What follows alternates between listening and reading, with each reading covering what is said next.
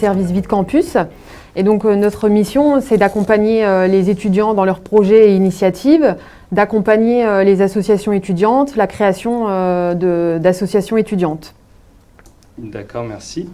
Et donc Florence, qui travaille au SCUIO BIP, si vous pouviez nous expliquer un petit peu qu'est-ce que vous faites au SCUIO, pardon. Oui, c'est dur à prononcer, SCUIO BIP, donc pour Service commun universitaire d'information et d'orientation, Bureau d'aide à l'insertion professionnelle. Donc si vous voulez tout savoir sur ce service, le live plateau de 17h est vraiment consacré à toutes les activités de ce service. Et moi, je suis là aujourd'hui parce que sur l'aspect orientation et l'aspect insertion professionnelle qui concerne notre service, on peut s'engager et y trouver un lien avec son orientation. On peut s'engager et valoriser cet engagement dans son CV, sa lettre de motivation pour l'insertion professionnelle. Et donc, c'est là que j'interviens sur la partie valorisation des engagements. D'accord, merci beaucoup. Donc Laure, tu as parlé justement d'accompagner les étudiants et les associations, mais comment concrètement est-ce que vous apportez cet accompagnement aux étudiants et pour faire quoi surtout ? Donc effectivement, donc, il existe déjà beaucoup d'associations à l'UPEC sur les différents campus. D'ailleurs, vous pouvez retrouver la liste complète sur le site de l'université, à la fois par campus et par type.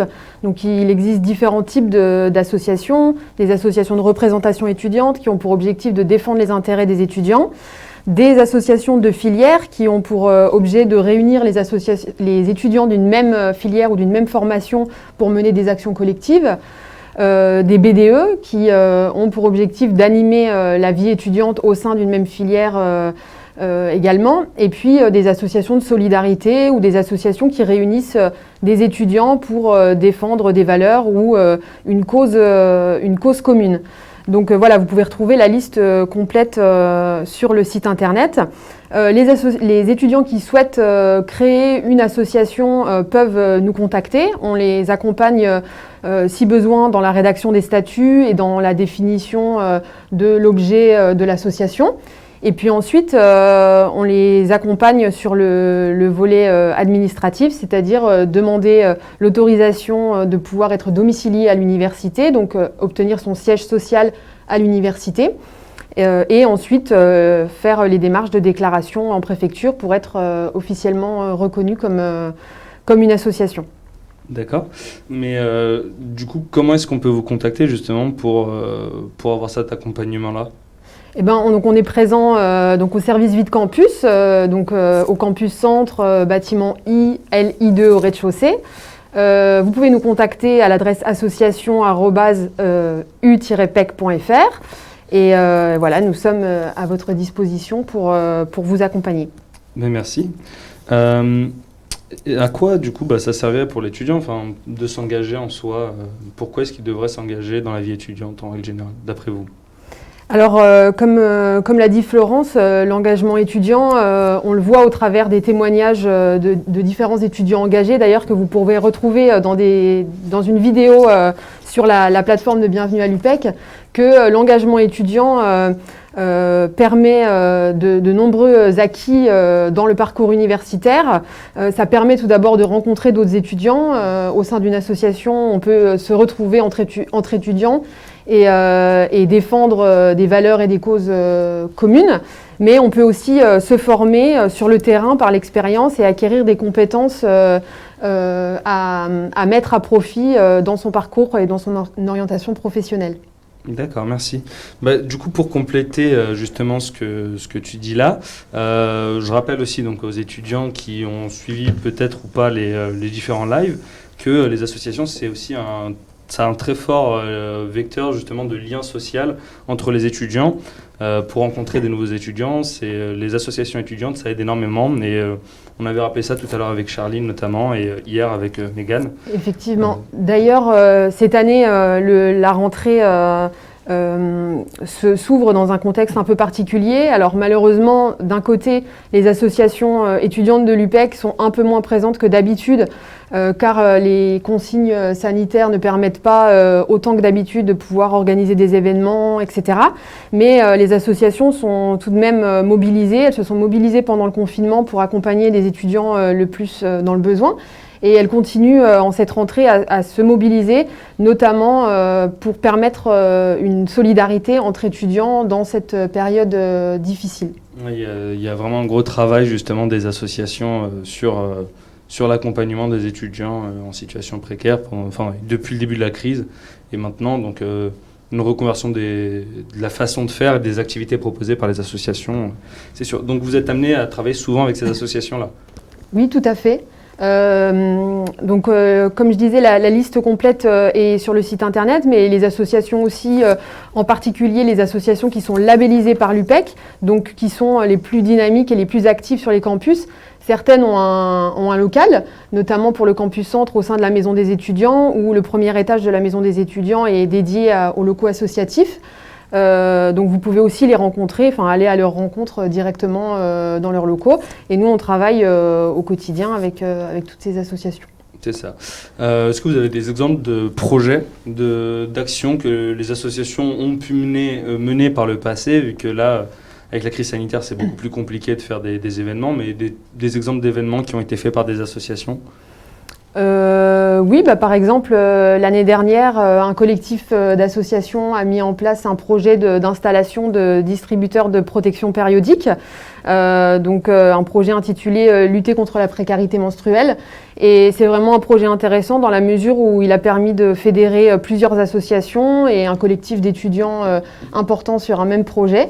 Vous connaissez bien ce projet, Elias, et c'est vraiment des projets intéressants qui sont fédérateurs au sein de l'UPEC et au sein des associations. Mais donc des projets très engagés. Du coup, je vais poser une petite question à Florence. C'est donc cet engagement étudiant-là qu'on fait, comment est-ce qu'on peut le mettre en avant et par quel biais surtout on pourrait le mettre en lumière? Alors déjà, ce que je voudrais dire, c'est vrai qu'on a beaucoup parlé des associations, mais l'engagement étudiant, c'est pas que les associations. Ça recouvre finalement plein de choses différentes.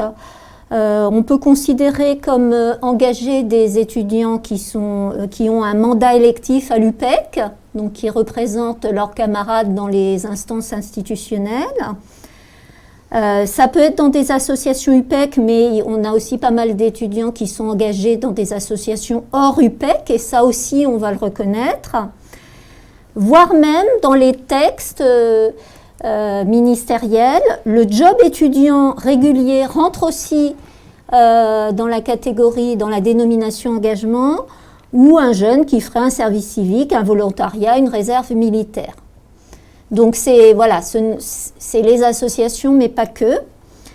Après, comment on peut le faire valoriser? De deux manières. Soit au travers de ce qu'on appelle les UE découvertes, donc les unités d'enseignement découvertes. En ce moment, c'est justement, on est en plein dans l'inscription à ces UE. Normalement, tout étudiant de licence en a au moins une, voire deux, dans l'ensemble de ses 3 années de licence. Donc le semestre où il a une UE découverte, s'il est déjà engagé, il peut s'inscrire dans une UE découverte pour valoriser cet engagement, donc il fait en parallèle de ses études.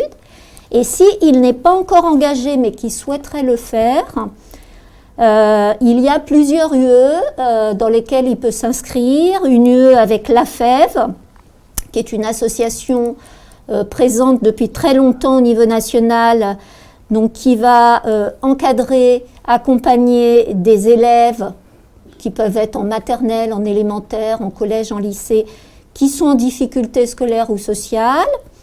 Ils peuvent faire une UE qui s'appelle Croix-Rouge, pour apprendre comment fonctionne la Croix-Rouge, les premiers secours, les institutions, et une UE qui s'appelle Échange et engagement interculturel avec les étudiants UPEC réfugiés, où voilà, ils vont accompagner des étudiants réfugiés qui découvrent la France et ils vont les aider à prendre leurs repères. Donc c'est assez vaste. D'accord, merci. Est-ce qu'il y a des questions dans le chat qui sont arrivées ou pas encore? Eh bien, je ne vois pas de questions dans le chat. D'accord, du coup j'ai des questions, il n'y a pas de souci. Donc on parle d'engagement étudiant, on parle de différentes façons, donc plusieurs formes d'engagement. Donc, comment est-ce qu'on va faire pour s'engager concrètement? Est-ce que c'est un truc à remplir? Est-ce qu'il faut aller voir une personne en particulier? Comment est-ce qu'on peut justement passer le pas, quoi? Oui, alors donc effectivement à l'UPEC, donc on a parlé des associations dans lesquelles vous pouvez vous engager ou créer votre propre association, mais vous pouvez également mettre en place un projet étudiant sans être forcément constitué en association. Donc il existe un fonds, le FSIE, le Fonds de soutien aux initiatives étudiantes, qui permet de financer des projets étudiants pour un étudiant, un collectif d'étudiants ou une association qui souhaiterait mettre en place un projet. Donc le pôle initiative étudiante est justement là pour accompagner les étudiants dans le montage de ce projet. Donc il faut prendre contact avec nous. Ensuite, on reçoit les étudiants ou par téléphone, par mail, on échange sur la base d'un dossier. Donc tout ça est évidemment en ligne sur le site internet de l'UPEC dans l'onglet Vide Campus. Financer un projet. Donc vous pouvez retrouver le dossier FSIE vierge, le planning des commissions mensuelles. Donc il y a à peu près une commission par mois chaque année universitaire. Et donc on vous accompagne dans le montage de ce projet. On peut également accompagner les étudiants pour trouver d'autres pistes de financement de ces projets. Il y a notamment le CROUS qui, via le dispositif Culture Action, peut aussi soutenir ces projets-là. Et puis aussi le Conseil départemental du Val-de-Marne qui soutient des projets portés par des associations étudiantes qui sont en lien avec la formation et qui viennent apporter une complémentarité à la formation des étudiants. Voilà. Ouais, donc il y a beaucoup d'aides qui sont mises en place ou de financement qu'on peut trouver un peu partout avec les différents acteurs de la vie en soi. Pas que étudiantes, vu qu'on peut aussi contacter donc, le département et la région. Voilà. Et, le CROUS, pardon Elias, il y a pas mal de questions sur l'aspect financier. Et donc Laure, est-ce que peut-être tu pourrais donner quelques exemples de sommes auxquelles qu'on peut attribuer aux étudiants voilà. On a des questions sur qu'est-ce que je peux avoir comme somme. Est-ce qu'il faut déjà une somme au départ pour créer une association ? Alors, vous avez tous ces détails dans le document de cadrage du Fonds de soutien aux initiatives étudiantes qui est en ligne sur le site internet. Mais pour vous donner une idée, donc effectivement, il n'y a pas de montant ni minimum ni maximum en réalité pour ces projets étudiants. Mais à partir de 2 000 € sollicités, il faut pouvoir justifier d'un cofinancement justement. C'est pour ça qu'on essaye, quand les projets sont un peu plus, sont assez ambitieux et dont le montant est assez important, on accompagne les étudiants pour trouver d'autres sources de financement que uniquement le FSIE. Donc, je n'ai pas précisé, mais le FSIE, c'est un fonds qui est issu de la CEVEC, donc la contribution de vie étudiante et de campus. Donc, ce sont vraiment des projets qui sont portés par des étudiants à destination des étudiants. C'est l'argent des étudiants, donc ce sont vraiment des projets qui doivent être au bénéfice des étudiants et de la communauté universitaire. Et donc, voilà, en termes de montant, c'est vraiment la commission qui va décider des montants en fonction de la pertinence du projet qui va être présenté dans le dossier. D'accord, merci Laure. J'ai aussi une question pour compléter peut-être. Est-ce qu'il y a un nombre exigé pour constituer une association étudiante ? Non, il faut être deux personnes minimum pour créer une association. Ok. Et j'avais une question, mais tu y avais déjà répondu. On peut domicilier son siège social à l'UPEC, hein, Laure l'a dit, oui. Et obtenir un local. Certaines associations ont effectivement un local oui. Chez nous. Alors par contre, peut-être je vais préciser cette question parce que ça fait souvent confusion pour les étudiants. C'est que la demande de domiciliation qu'elles font au départ, c'est justement une autorisation qu'on demande au président de l'université pour avoir justement son siège social à l'université, sur l'un des campus. Donc ça, c'est vraiment une obligation légale. Après, par la suite, une fois que l'association est bien installée et qu'elle a au moins 1 an d'existence, elle peut faire donc la demande d'être labellisée à l'UPEC. Donc encore une fois, ce sont les associations les plus actives et les plus dynamiques qui sont labellisées. Et à ce moment-là, quand elles sont labellisées, elles peuvent demander un financement de fonctionnement pour l'association. Donc ce sont en général des forfaits qui vont de 500 à 1000 €, voire un petit peu plus pour les associations les plus actives qui en font la demande. Et elles peuvent bénéficier d'un local ou d'un espace partagé dans la mesure des capacités en fonction des campus. Et puis elles peuvent aussi bénéficier de soutiens divers de l'université. Parce qu'effectivement, notre rôle, c'est d'accompagner les étudiants, mais dans tout ce qui est projet étudiant, c'est surtout de faire le relais avec les autres services de l'université. Donc que ce soit la direction de la communication pour tout ce qui concerne la communication autour des projets et des associations, le service du patrimoine pour tout ce qui est organisation logistique des événements et des projets, la maison de la santé par exemple quand il s'agit d'un projet autour de la santé, et d'autres acteurs ou d'autres partenaires concernés par le projet. On a aussi pour mission de faire le relais, parce que c'est vrai que les étudiants qui ont une initiative ou un projet étudiant ne savent pas toujours vers qui se tourner. Donc nous, on est le premier interlocuteur, et ensuite on va relayer leurs initiatives auprès des services concernés. Oui, c'est vrai qu'il y a beaucoup d'interlocuteurs à l'université, comme on a vu tout au long des plateaux. On a rencontré vraiment plein de gens de plein de services différents, et que en tant qu'étudiant, on ne sait pas forcément qui contacter si on veut faire tel ou tel projet, où est-ce qu'on doit avoir les autorisations pour, mettons, faire un stand sur la dalle, voilà, par pur hasard.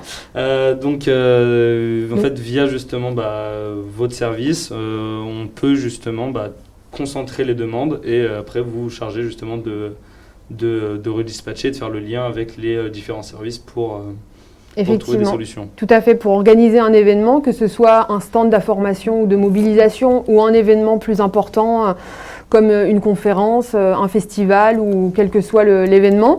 Nous, la première chose qu'on fait, c'est qu'on demande aux étudiants ou à l'association de remplir un formulaire basique de demande d'événement pour que tout d'abord le président, le cabinet de la présidence autorise officiellement l'événement à se tenir. Et ensuite, on relaye auprès des services concernés, en particulier en premier lieu le service du patrimoine pour attribuer une salle ou des moyens matériels pour la mise en place du projet. Et on relaie aux services concernés. D'accord. Il y a d'autres questions ? Oui, je vais essayer là de synthétiser. Donc, j'ai des questions sur quel thème autour des associations. Là, j'ai envie de dire, c'est très varié. Bien sûr, ça a un lien avec la vie étudiante, mais il y en a qui ont un lien avec le développement durable. Je vous invite vraiment à aller voir les 80 associations qui se présentent sur le site. Et si vous voulez rejoindre ces associations, c'est pareil pour chaque association, vous avez un contact. Vous en saurez plus en allant voir le lien que je vais vous mettre d'ailleurs. Après, j'ai des questions. Donc une petite jeune fille qui me dit quand j'aurai quitté l'université, l'association pourra-t-elle toujours être domiciliée à l'UPEC ? Une association, soit, j'imagine, elle se termine quand les membres quittent l'UPEC, soit il y a des gens qui prennent le relais, d'autres étudiants qui prennent le relais, et dans ce cas-là, voilà. Alors pareil, une personne qui me demande si je ne suis pas à l'UPEC, est-ce que je peux rejoindre une association de l'UPEC ? A priori, c'est pour des étudiants qui sont à l'UPEC, mais quand je vous ai cité les UE découvertes, par exemple Croix-Rouge ou AFEV, on peut aussi s'engager avec ses partenaires de l'UPEC, même sans être étudiant. Mais peut-être, Laure, tu veux compléter ce que je dis ? Oui, effectivement, mais pour les associations de l'UPEC, il y a certaines associations qui sont composées à la fois d'étudiants de l'UPEC et d'autres personnes, par exemple des anciens étudiants, des alumni ou d'autres, en fonction de l'objectif de l'association, il peut y avoir des membres ou des adhérents extérieurs à l'UPEC. Donc ça, c'est pas un problème. Mais effectivement, par contre, l'une des spécificités des associations étudiantes, c'est cette question du turnover chaque année, puisque certaines associations sont créées par un groupe d'étudiants qui ensuite quittent l'université. Et donc, du coup, il y a vraiment c'est très important que les membres de l'association puissent accorder un intérêt à cette question de la reprise de l'association, de la continuité, de la transmission auprès des membres, des futurs membres. C'est sûr, mais ça dépend. Enfin, du coup, ça dépend vraiment en fait de l'objet de l'association pour savoir s'il peut y avoir des personnes qui ne sont pas étudiantes qui font partie de cette association-là ou pas. Et au niveau du coup de la domiciliation. Voilà, je crée, on va dire, une association pour faire le 4L Trophy qui est domiciliée à l'UPEC, mais que je m'en vais donc à la fin de mon cursus. Est-ce que du coup cette association-là peut toujours exister et être domiciliée à l'UPEC pour l'année d'après si j'ai envie de refaire le 4L Trophy, ou est-ce qu'il faut fermer l'association parce que je ne suis plus étudiant à l'UPEC? Encore une fois, s'il y a des étudiants de l'UPEC qui reprennent l'association pour continuer le projet, que ce soit le 4L Trophy ou un autre projet, l'association peut être maintenue dans les mêmes termes. Si les étudiants quittent l'association et quittent l'UPEC et qu'ils veulent maintenir cette association, elle ne peut plus, dans ce cas-là, être domiciliée à l'UPEC. D'accord. Et donc, pour créer une association étudiante, mettons, on peut créer une association pour n'importe quel objet. Par exemple, moi j'aime bien les betteraves, donc je peux créer une association de mangeurs de betteraves, c'est possible ça? Encore une fois, c'est le cabinet du président qui va autoriser l'association à être domiciliée à l'UPEC. Donc évidemment, nous, dans un premier temps, on va échanger avec les porteurs de projets de création d'associations, parce que souvent, on a des étudiants qui viennent nous voir pour créer une association, puis on se rend compte qu'il y a déjà des associations qui existent sur le même sujet, ou voilà, donc on les invite à prendre contact avec l'association concernée.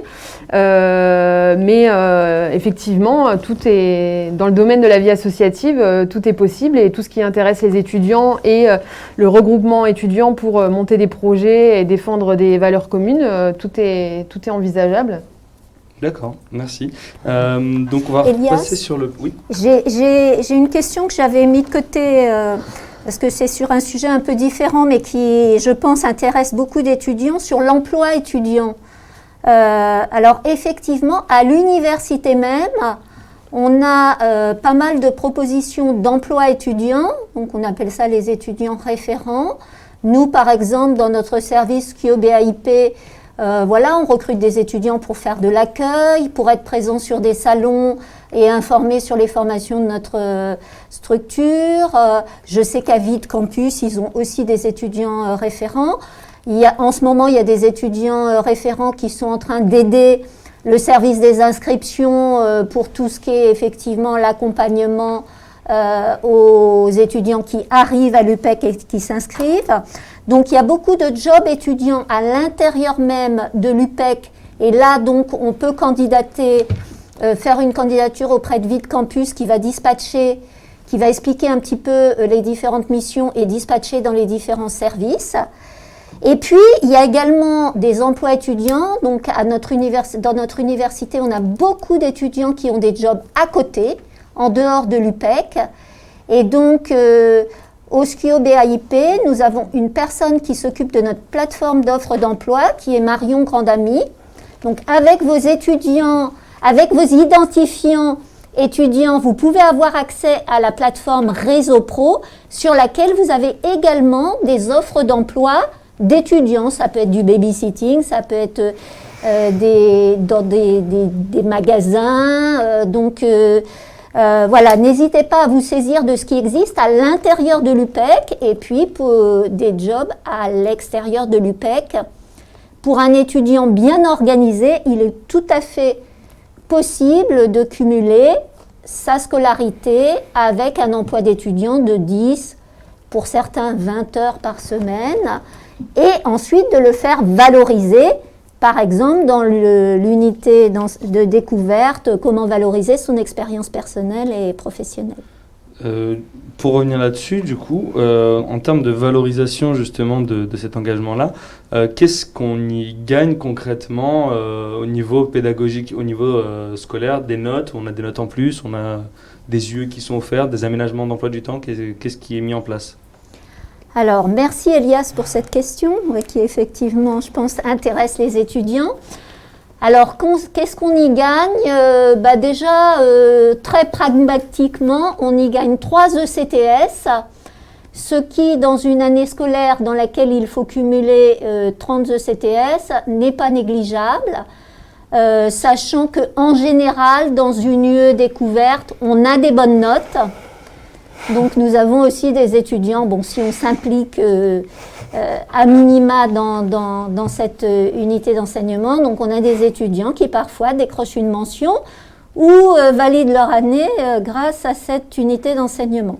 Après, qu'est-ce qu'on y gagne d'autre ? Eh bien, ça dépend, bien sûr, les choix qu'on a faits de cours, mais on y gagne souvent, c'est ce que nous disent les étudiants, le sentiment d'être utile, par exemple si on travaille pour la FEV, avec la FEV ou la Croix-Rouge.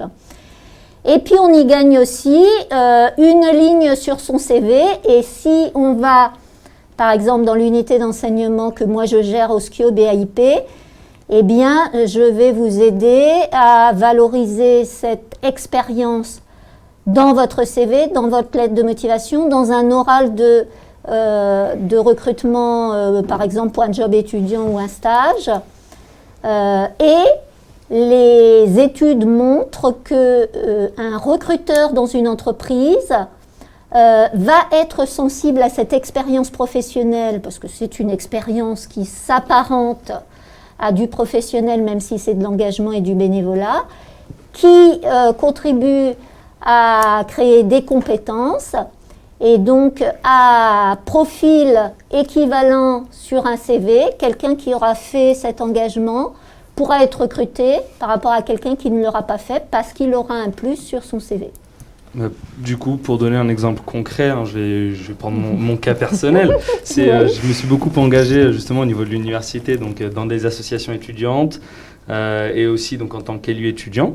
Et cette année, je suis en alternance. Bon, j'y suis pas là, mais bon. Voilà, vous avez compris.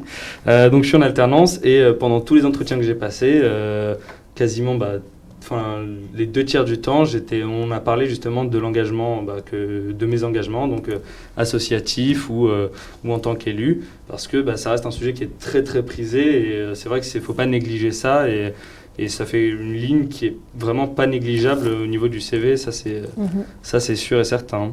Donc, peut-être pour compléter encore ton témoignage, Elias, c'est qu'effectivement l'engagement associatif permet d'acquérir des compétences qu'on peut appeler les compétences douces, qui ne sont pas forcément justement des compétences qu'on acquiert ailleurs. C'est vraiment, comme l'esprit d'équipe par exemple, c'est vraiment des compétences qu'on apprend sur le terrain en menant des projets, en travaillant en équipe au sein d'une association ou d'un projet, dans un engagement. Ce sont vraiment des compétences effectivement qui s'acquièrent difficilement ailleurs que sur le terrain.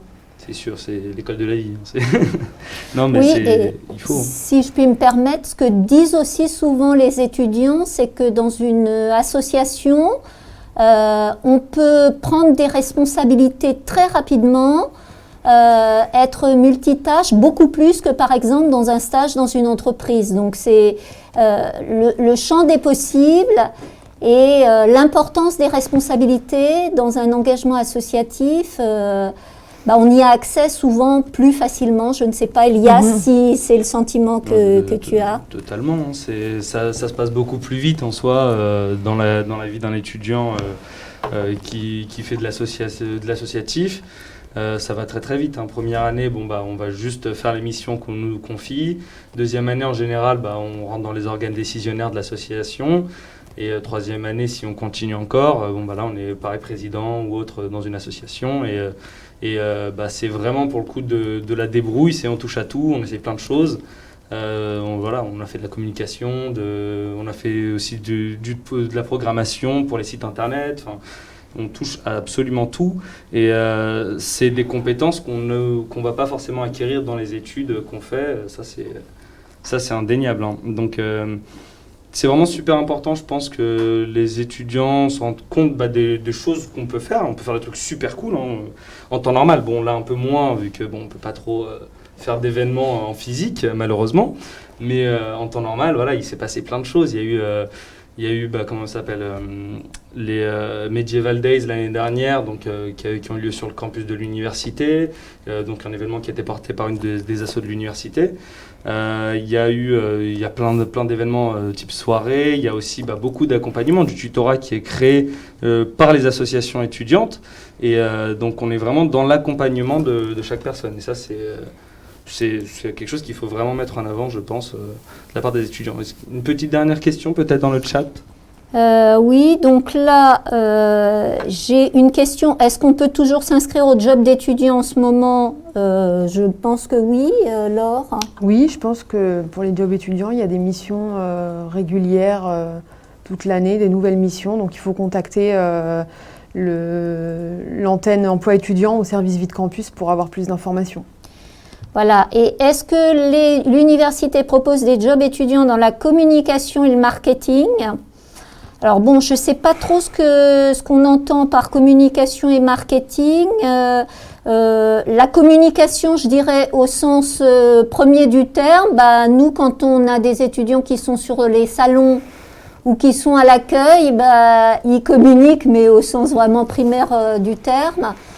Après, est-ce qu'il y a des missions à l'université pour communiquer sur les réseaux ou des choses comme ça? Je dirais ça, c'est beaucoup des choses qui se font dans les composantes et plus les composantes effectivement peuvent avoir des réseaux sur lesquels ils ont des modérateurs, mais là du coup ça va plus être sur la forme du bénévolat. Et je pense qu'il faut vraiment se concentrer sur le fait de déposer, je pense, sa candidature au niveau de l'université pour avoir accès justement à toutes les missions qui sont proposées et voir dans ce cas-là, parce que la réponse, c'est très précis comme domaine, donc je pense qu'on n'aura pas de réponse vraiment à donner là-dessus.